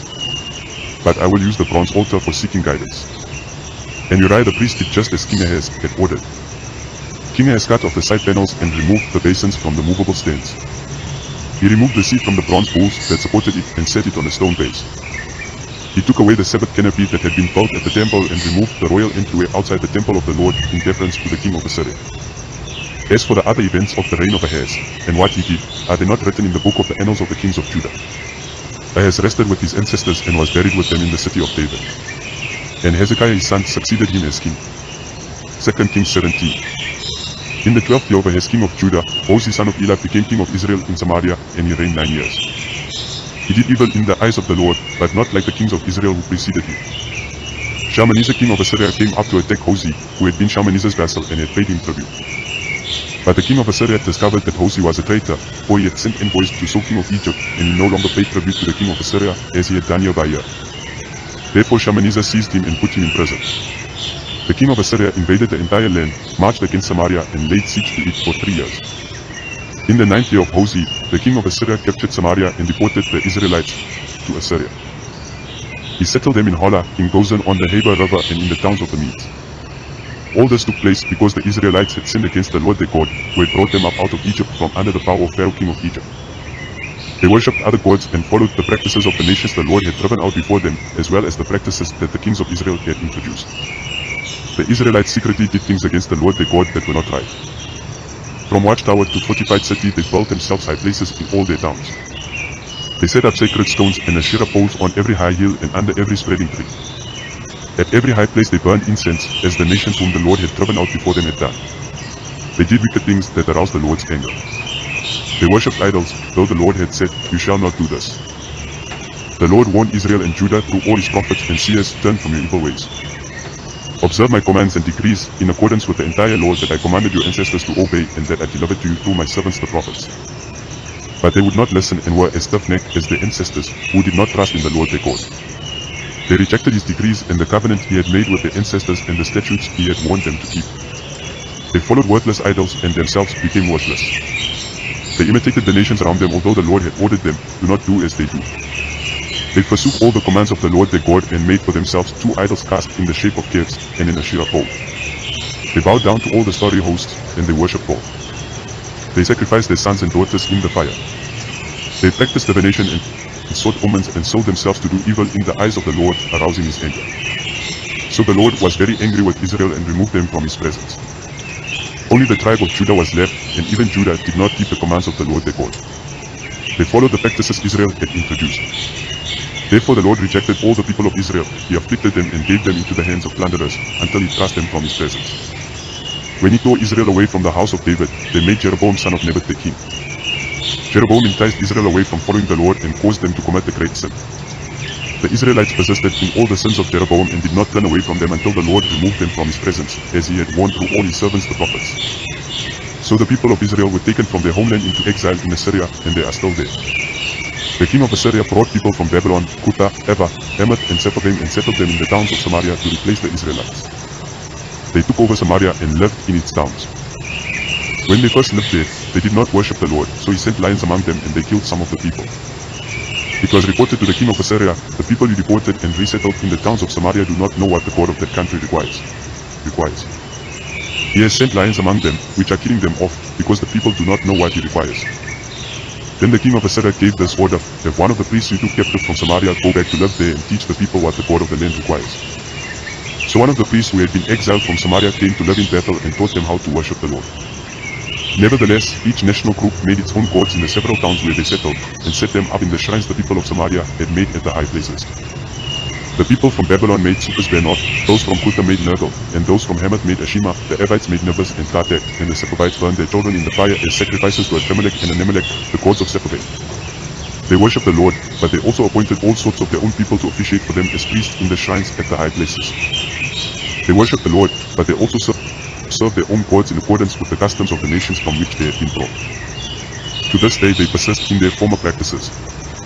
They neither worship the Lord nor adhere to the decrees and regulations, the laws and commands that the Lord gave the descendants of Jacob, whom he named Israel. When the Lord made a covenant with the Israelites, he commanded them, "Do not worship any other gods or bow down to them, serve them or sacrifice to them. But the Lord, who brought you up out of Egypt with mighty power and outstretched arm, is the one you must worship. To him you shall bow down and to him offer sacrifices." You must always be careful to keep the decrees and regulations, the laws and commands he wrote for you. Do not worship other gods. Do not forget the covenant I have made with you, and do not worship other gods. Rather, worship the Lord your God, it is he who will deliver you from the hand of all your enemies. They would not listen, however, but persisted in their former practices. Even while these people were worshipping the Lord, they were serving their idols. To this day, their children and grandchildren continue to do as their ancestors did. 2 Kings 18. In the 3rd year of Hosea son of Elah king of Israel, Hezekiah son of Ahaz king of Judah began to reign. He was 25 years old when he became king, and he reigned in Jerusalem 29 years. His mother's name was Abijah daughter of Zechariah. He did what was right in the eyes of the Lord, just as his father David had done. He removed the high places, smashed the sacred stones, and cut down the Asherah poles. He broke into pieces the bronze snake Moses had made, for up to that time the Israelites had been burning incense to it. It was called Nehushtan. Hezekiah trusted in the Lord, the God of Israel. There was no one like him among all the kings of Judah, either before him or after him. He held fast to the Lord and did not stop following him. He kept the commands the Lord had given Moses. And the Lord was with him. He was successful in whatever he undertook. He rebelled against the king of Assyria and did not serve him. From watchtower to fortified city, he defeated the Philistines as far as Gaza and its territory. In King Hezekiah's 4th year, which was the 7th year of Hosea son of Elah king of Israel, Shalmaneser king of Assyria marched against Samaria and laid siege to it. At the end of 3 years the Assyrians took it. So Samaria was captured in Hezekiah's 6th year, which was the 9th year of Hosea king of Israel. The king of Assyria deported Israel to Assyria and settled them in Holah, in Gozan on the Heber river and in towns of the Medes. This happened because they had not obeyed the Lord their God, but had violated his covenant, all that Moses the servant of the Lord commanded. They neither listened to the commands nor carried them out. In the 14th year of King Hezekiah's reign, Sennacherib king of Assyria attacked all the fortified cities of Judah and captured them. So Hezekiah king of Judah sent this message to the king of Assyria at Lachish: I have done wrong. Withdraw from me, and I will pay whatever you demand of me. The king of Assyria exacted from Hezekiah king of Judah 300 talents of silver and 30 talents of gold. So Hezekiah gave him all the silver that was found in the temple of the Lord and in the treasuries of the royal palace. At this time Hezekiah king of Judah stripped off the gold with which he had covered the doors and doorposts of the temple of the Lord, and gave it to the king of Assyria. The king of Assyria sent his supreme commander, his chief officer and his field commander with a large army from Lachish to King Hezekiah at Jerusalem. They came up to Jerusalem and stopped at the aqueduct of the upper pool on the road to the washerman's field. They called for the king, and Eliakim son of Hilkiah the palace administrator, Shebna the secretary, and Joah son of Asaph the recorder went out to them. The field commander said to them, Tell Hezekiah, this is what the great king, the king of Assyria, says. On what are you basing this confidence of yours? You say you have the counsel and the might for war, but you speak only empty words. On whom are you depending, that you rebel against me? Look, I know you are depending on Egypt, that splintered reed of a staff, which pierces the hand of anyone who leans on it. Such is Pharaoh king of Egypt to all who depend on you. But if you say to me, we are depending on the Lord our God, isn't he the one whose high places and altars Hezekiah removed, saying to Judah and Jerusalem, you must worship before this altar in Jerusalem? Come now, make a bargain with my master, the king of Assyria. I will give you 2,000 horses if you can put riders on them. How can you repulse one officer of the least of my master's officials, even though you are depending on Egypt for chariots and horsemen? Furthermore, have I come to attack and destroy this place without word from the Lord? The Lord himself told me to march against this country and destroy it. Then Eliakim son of Hilkiah and Shebna and Joah said to the field commander, Please speak to your servants in Aramaic, since we understand it. Don't speak to us in Hebrew in the hearing of the people on the wall. But the commander replied, Was it only to your master and you that my master sent me to say these things, and not to the people sitting on the wall who, like you, will have to eat their own excrement and drink their own urine? Then the commander stood and called out in Hebrew, Hear the word of the great king, the king of Assyria. This is what the king says, Do not let Hezekiah deceive you. He cannot deliver you from my hand. Do not let Hezekiah persuade you to trust in the Lord when he says, The Lord will surely deliver us. This city will not be given into the hand of the king of Assyria. Do not listen to Hezekiah. This is what the king of Assyria says, Make peace with me and come out to me. Then each of you will eat fruit from your own vine and fig tree and drink water from your own cistern, until I come and take you to a land like your own, a land of grain and new wine, a land of bread and vineyards, a land of olive trees and honey. Choose life and not death. Do not listen to Hezekiah, for he is misleading you when he says, The Lord will deliver us. Has the God of any nation ever delivered his land from the hand of the king of Assyria? Where are the gods of Hamath and Arpad? Where are the gods of Sepharvaim, Hena and Ivah? Have they rescued Samaria from my hand? Who of all the gods of these countries has been able to save his land from me? How then can the Lord deliver Jerusalem from my hand? But the people remained silent and said nothing in reply, because the king had commanded, Do not answer him. Then Eliakim son of Hilkiah the palace administrator, Shebna the secretary, and Joah son of Asaph the recorder went to Hezekiah, with their clothes torn, and told him what the field commander had said. 2 Kings 19. When King Hezekiah heard this, he tore his clothes and put on sackcloth and went into the temple of the Lord. He sent Eliakim the palace administrator, Shebna the secretary, and the leading priests, all wearing sackcloth, to the prophet Isaiah son of Amoz. They told him, "This is what Hezekiah says, this day is a day of distress and rebuke and disgrace, as when children come to the moment of birth and there is no strength to deliver them. It may be that the Lord your God will hear all the words of the field commander, whom his master, the king of Assyria, has sent to ridicule the living God, and that he will rebuke him for the words the Lord your God has heard. Therefore pray for the remnant that still survives." When King Hezekiah's officials came to Isaiah, Isaiah said to them, "Tell your master, this is what the Lord says, do not be afraid of what you have heard, those words with which the underlings of the king of Assyria have blasphemed me. Listen.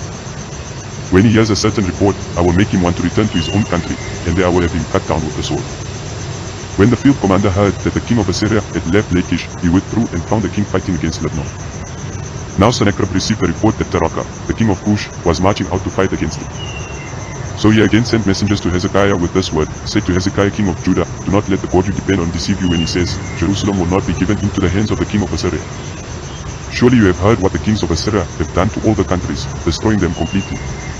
And will you be delivered? Did the gods of the nations that were destroyed by my predecessors deliver them, the gods of Gozan, Haran, Rezeph, and the people of Eden who were in Tel Assar? Where is the king of Hamath or the king of Arpad? Where are the kings of Led, Sepharvaim, Hena, and Eva?" Hezekiah received the letter from the messengers and read it. Then he went up to the temple of the Lord and spread it out before the Lord. And Hezekiah prayed to the Lord, "Lord, the God of Israel, enthroned between the cherubim, you alone are God over all the kingdoms of the earth. You have made heaven and earth. Give ear, Lord, and hear, open your eyes, Lord, and see, listen to the words Sennacherib has sent to ridicule the living God. It is true, Lord, that the Assyrian kings have laid waste these nations and their lands.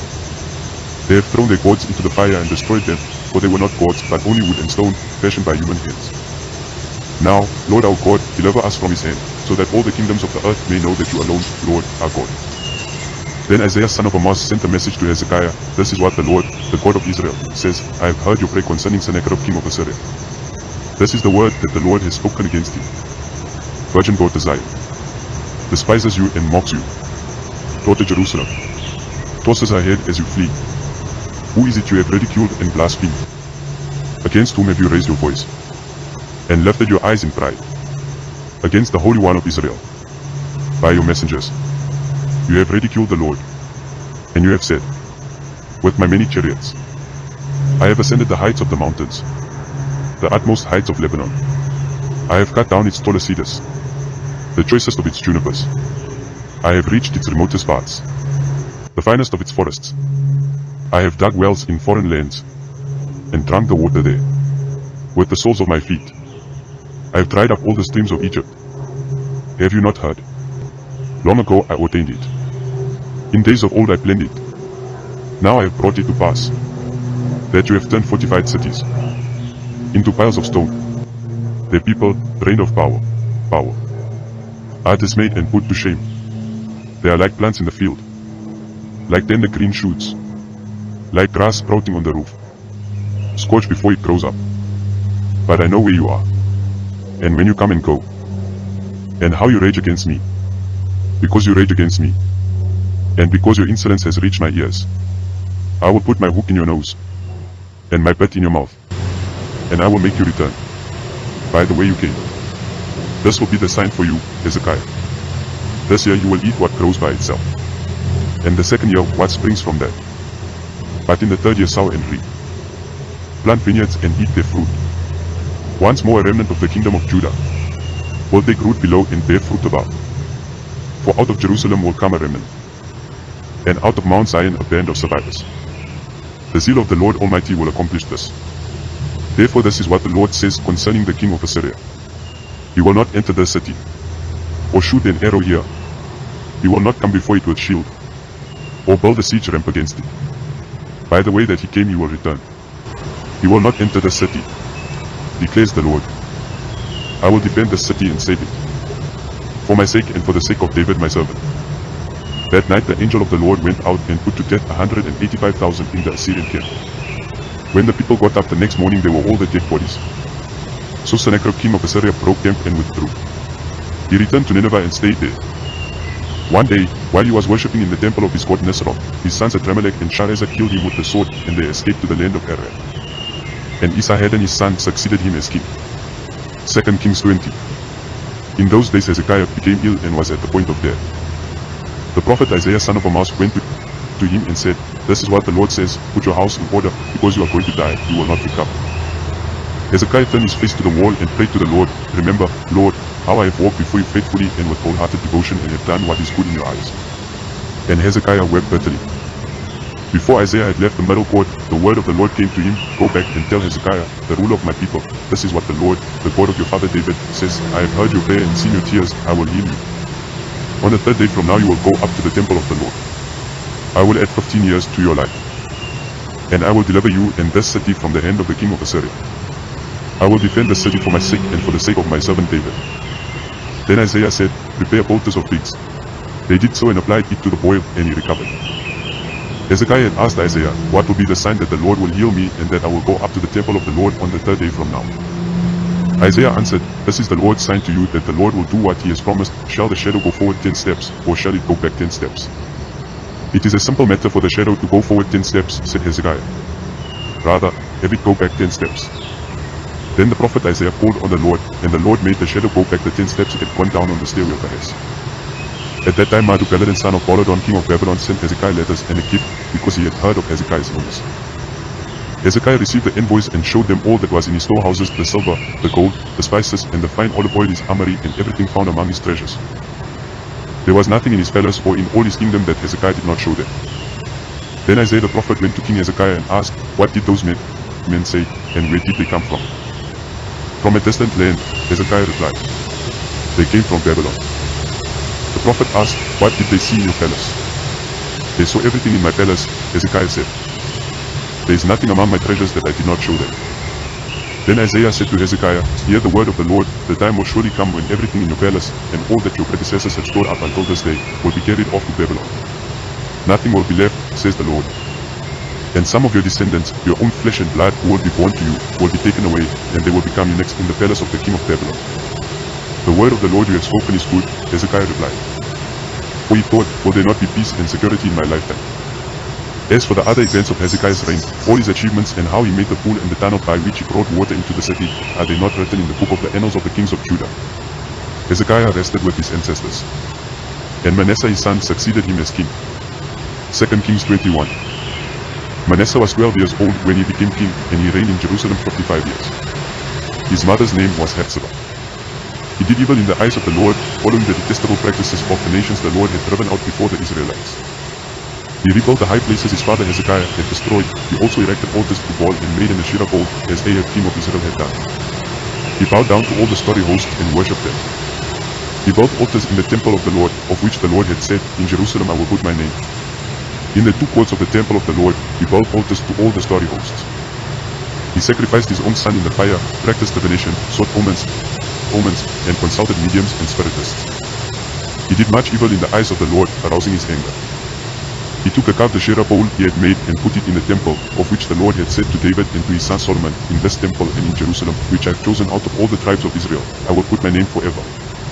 I will not again make the feet of the Israelites wander from the land I gave their ancestors, if only they will be careful to do everything I commanded them and will keep the whole law that my servant Moses gave them." But the people did not listen. Manasseh led them astray, so that they did more evil than the nations the Lord had destroyed before the Israelites. The Lord said through his servants the prophets, "Manasseh king of Judah has committed these detestable sins. He has done more evil than the Amorites who preceded him and has led Judah into sin with his idols. Therefore this is what the Lord, the God of Israel, says, I am going to bring such disaster on Jerusalem and Judah that the ears of everyone who hears of it will tingle. I will stretch out over Jerusalem the measuring line used against Samaria and the plumb line used against the house of Ahab. I will wipe out Jerusalem as one wipes a dish, wiping it and turning it upside down. I will forsake the remnant of my inheritance and give them into the hands of enemies. They will be looted and plundered by all their enemies. They have done evil in my eyes and have aroused my anger from the day their ancestors came out of Egypt until this day. Moreover, Manasseh also shed so much innocent blood that he filled Jerusalem from end to end, besides the sin that he had caused Judah to commit, so that they did evil in the eyes of the Lord. As for the other events of Manasseh's reign, and all he did, including the sin he committed, are they not written in the book of the annals of the kings of Judah? Manasseh rested with his ancestors and was buried in his palace garden, the garden of Uzzah. And Amon his son succeeded him as king. Amon was 22 years old when he became king, and he reigned in Jerusalem 2 years. His mother's name was Meshalmet, daughter of Haruz. She was from Jotbah. He did evil in the eyes of the Lord, as his father Manasseh had done. He followed completely the ways of his father, worshipping the idols his father had worshipped and bowing down to them. He forsook the Lord, the God of his ancestors, and did not walk in obedience to him. Amon's officials conspired against him and assassinated the king in his palace. Then the people of the land killed all who had plotted against King Amon, and they made Josiah his son king in his place. As for the other events of Amon's reign, and what he did, are they not written in the book of the annals of the kings of Judah? He was buried in his tomb in the garden of Asa. And Josiah his son succeeded him as king. 2 Kings 22. Josiah was 8 years old when he became king, and he reigned in Jerusalem 31 years. His mother's name was Jedidah, daughter of Adaiah. She was from Bosra. He did what was right in the eyes of the Lord and followed completely the ways of his father David, not turning aside to the right or to the left. In the 18th year of his reign, King Josiah sent the secretary, Shaphan son of Azaliah, the son of Meshullam, to the temple of the Lord. He said, "Go up to Hilkiah the high priest and have him get ready the money that has been brought into the temple of the Lord, which the doorkeepers have collected from the people. Have them entrusted to the men appointed to supervise the work on the temple. And have these men pay the workers who repair the temple of the Lord, the carpenters, the builders, and the masons. Also have them purchase timber and dress stone to repair the temple. But they need not account for the money entrusted to them, because they are honest in their dealings." Hilkiah the high priest said to Shaphan the secretary, "I have found the book of the law in the temple of the Lord." He gave it to Shaphan, who read it. Then Shaphan the secretary went to the king and reported to him, "Your officials have paid out the money that was in the temple of the Lord and have entrusted it to the workers and supervisors at the temple." Then Shaphan the secretary informed the king, "Hilkiah the priest has given me a book." And Shaphan read from it in the presence of the king. When the king heard the words of the book of the law, he tore his robes. He gave these orders to Hilkiah the priest, Ahikam son of Shaphan, Akbiah son of Micaiah, Shaphan the secretary, and Asai the king's attendant, "Go and inquire of the Lord for me and for the people and for all Judah about what is written in this book that has been found. Great is the Lord's anger that burns against us, because those who have gone before us have not obeyed the words of this book. They have not acted in accordance with all that is written there concerning us." Hilkiah the priest, Ahikam, Akbiah, Shaphan, and Asaiah went to speak to the prophet Huldah, who was the wife of Shallum son of Tikvah, the son of Harhas, keeper of the wardrobe. She lived in Jerusalem, in the new quarter. She said to them, "This is what the Lord, the God of Israel, says, tell the men who sent you to me, this is what the Lord says, I am going to bring disaster on this place and its people, according to everything written in the book the king of Judah has read. Because they have forsaken me and burned incense to other gods and aroused my anger by all the idols their hands have made, my anger will burn against this place and will not be quenched. Tell the king of Judah, who sent you to inquire of the Lord, this is what the Lord, the God of Israel, says concerning the words you heard, because your heart was responsive and you humbled yourself before the Lord when you heard what I have spoken against this place and its people, that they would become a curse and be laid waste, and because you tore your robes and wept in my presence, I also have heard you, declares the Lord. Therefore I will gather you to your ancestors, and you will be buried in peace. Your eyes will not see all the disaster I am going to bring on this place." So they took her answer back to the king. 2 Kings 23. Then the king called together all the elders of Judah and Jerusalem. He went up to the temple of the Lord with the people of Judah, the inhabitants of Jerusalem, the priests and the prophets, all the people from the least to the greatest. He read in their hearing all the words of the book of the covenant, which had been found in the temple of the Lord. The king stood by the pillar and renewed the covenant in the presence of the Lord to follow the Lord and keep his commands, statutes, and decrees with all his heart and all his soul, thus confirming the words of the covenant written in this book. Then all the people pledged themselves to the covenant. The king ordered Hilkiah the high priest, the priests next in rank, and the doorkeepers to remove from the temple of the Lord all the articles made for Baal and Asherah and all the starry hosts. He burned them outside Jerusalem in the fields of the Kidron valley and took the ashes to Bethel. He did away with the idolatrous priests appointed by the kings of Judah to burn incense on the high places of the towns of Judah and on those around Jerusalem, those who burned incense to Baal, to the sun and moon, to the constellations, and to all the starry hosts. He took the Asherah pole from the temple of the Lord to the Kidron valley outside Jerusalem and burned it there. He ground it to powder and scattered the dust over the graves of the common people. He also tore down the quarters of the male shrine prostitutes that were in the temple of the Lord, the quarters where women did weaving for Asherah. Josiah brought all the priests from the towns of Judah and desecrated the high places, from Geba to Beersheba, where the priests had burned incense. He broke down the gateway at the entrance of the gate of Joshua, the city governor, which was on the left of the city gate. Although the priests of the high places did not serve at the altar of the Lord in Jerusalem, they ate unleavened bread with their fellow priests. He desecrated Topheth, which was in the valley of Ben Hinnom, so no one could use it to sacrifice their son or daughter in the fire to Molech. He removed from the entrance to the temple of the Lord the horses that the kings of Judah had dedicated to the sun. They were in the court near the room of an official named Nathan-Melech. Josiah then burned the chariots dedicated to the sun. He pulled down the altars the kings of Judah had erected on the roof near the upper room of Ahaz, and the altars Manasseh had built in the two courts of the temple of the Lord. He removed them from there, smashed them to pieces and threw the rubble into the Kidron Valley.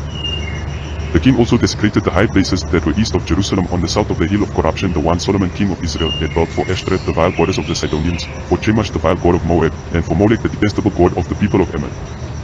Josiah smashed the sacred stones and cut down the Asherah poles and covered the sites with human bones. Even the altar at Bethel, the high place made by Jeroboam son of Nebat, who had caused Israel to sin, even that altar and high place he demolished. He burned the high place and ground it to powder, and burned the Asherah pole also. Then Josiah looked around, and when he saw the tombs that were there on the hillside, he had the bones removed from them and burned on the altar to defile it, in accordance with the word of the Lord proclaimed by the man of God who foretold these things. The king asked, "What is that tombstone I see?" The people of the city said, "It marks the tomb of the man of God who came from Judah and pronounced against the altar of Bethel the very things you have done to it." "Leave it alone," he said. "Don't let anyone disturb his bones." So they spared his bones and those of the prophet who had come from Samaria. Just as he had done at Bethel, Josiah removed all the shrines at the high places that the kings of Israel had built in the towns of Samaria and that had aroused the Lord's anger. Josiah slaughtered all the priests of those high places on the altars and burned human bones on them. Then he went back to Jerusalem. The king gave this order to all the people: "Celebrate the Passover to the Lord your God, as it is written in this book of the covenant."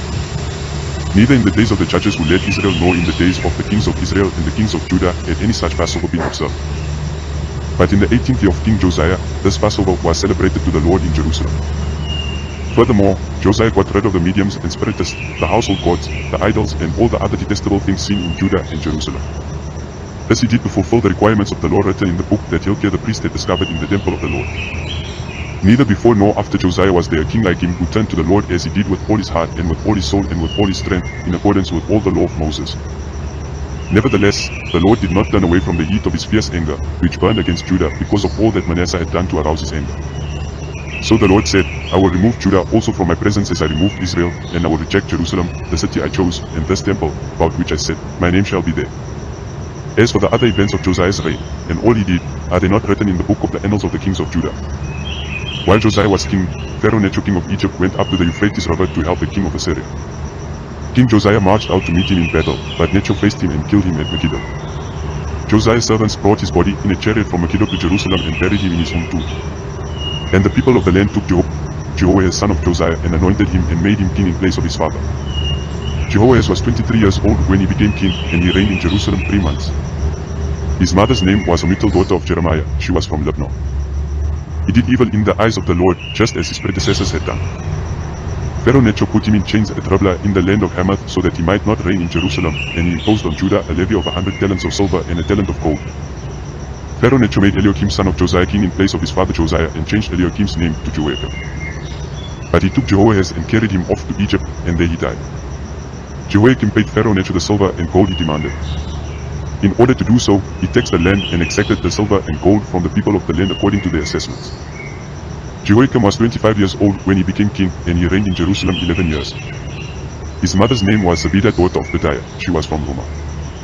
And he did evil in the eyes of the Lord, just as his predecessors had done. 2 Kings 24. During Jehoiakim's reign, Nebuchadnezzar king of Babylon invaded the land, and Jehoiakim became his vassal for 3 years. But then he turned against Nebuchadnezzar and rebelled. The Lord sent Babylonian, Aramean, Moabite, and Ammonite raiders against him to destroy Judah, in accordance with the word of the Lord proclaimed by his servants the prophets.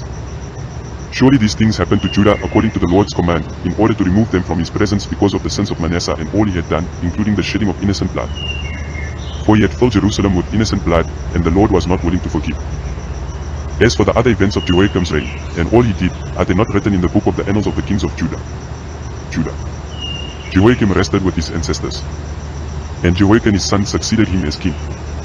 The king of Egypt did not march out from his own country again, because the king of Babylon had taken all his territory from the Wadi of Egypt to the Euphrates River. Jehoiakim was 18 years old when he became king, and he reigned in Jerusalem 3 months. His mother's name was Nehushta, daughter of Elnathan. She was from Jerusalem. He did evil in the eyes of the Lord, just as his father had done. At that time the officers of Nebuchadnezzar king of Babylon advanced on Jerusalem and laid siege to it, and Nebuchadnezzar himself came up to the city while his officers were besieging it. Jehoiakim king of Judah, his mother, his attendants, his nobles, and his officials all surrendered to him. In the 8th year of the reign of the king of Babylon, he took Jehoiakim prisoner. As the Lord had declared, Nebuchadnezzar removed the treasures from the temple of the Lord and from the royal palace, and cut up the gold articles that Solomon king of Israel had made for the temple of the Lord. He carried all Jerusalem into exile, all the officers and fighting men, and all the skilled workers and artisans, a total of 10,000. Only the poorest people of the land were left. Nebuchadnezzar took Jehoiakim captive to Babylon. He also took from Jerusalem to Babylon the king's mother, his wives, his officials, and the prominent people of the land. The king of Babylon also deported to Babylon the entire force of 7,000 fighting men, strong and fit for war, and 1,000 skilled workers and artisans. He made Mattaniah, Jehoiakim's uncle, king in his place and changed his name to Zedekiah. Zedekiah was 21 years old when he became king, and he reigned in Jerusalem 11 years. His mother's name was Ammital, daughter of Jeremiah. She was from Libnah. He did evil in the eyes of the Lord, just as Jehoiakim had done. It was because of the Lord's anger that all this happened to Jerusalem and Judah, and in the end he thrust them from his presence. Now Zedekiah rebelled against the king of Babylon. 2 Kings 25. So in the 9th year of Zedekiah's reign, on the 10th day of the 10th month, Nebuchadnezzar king of Babylon marched against Jerusalem with his whole army. He encamped outside the city and built siege works all around it. The city was kept under siege until the 11th year of King Zedekiah.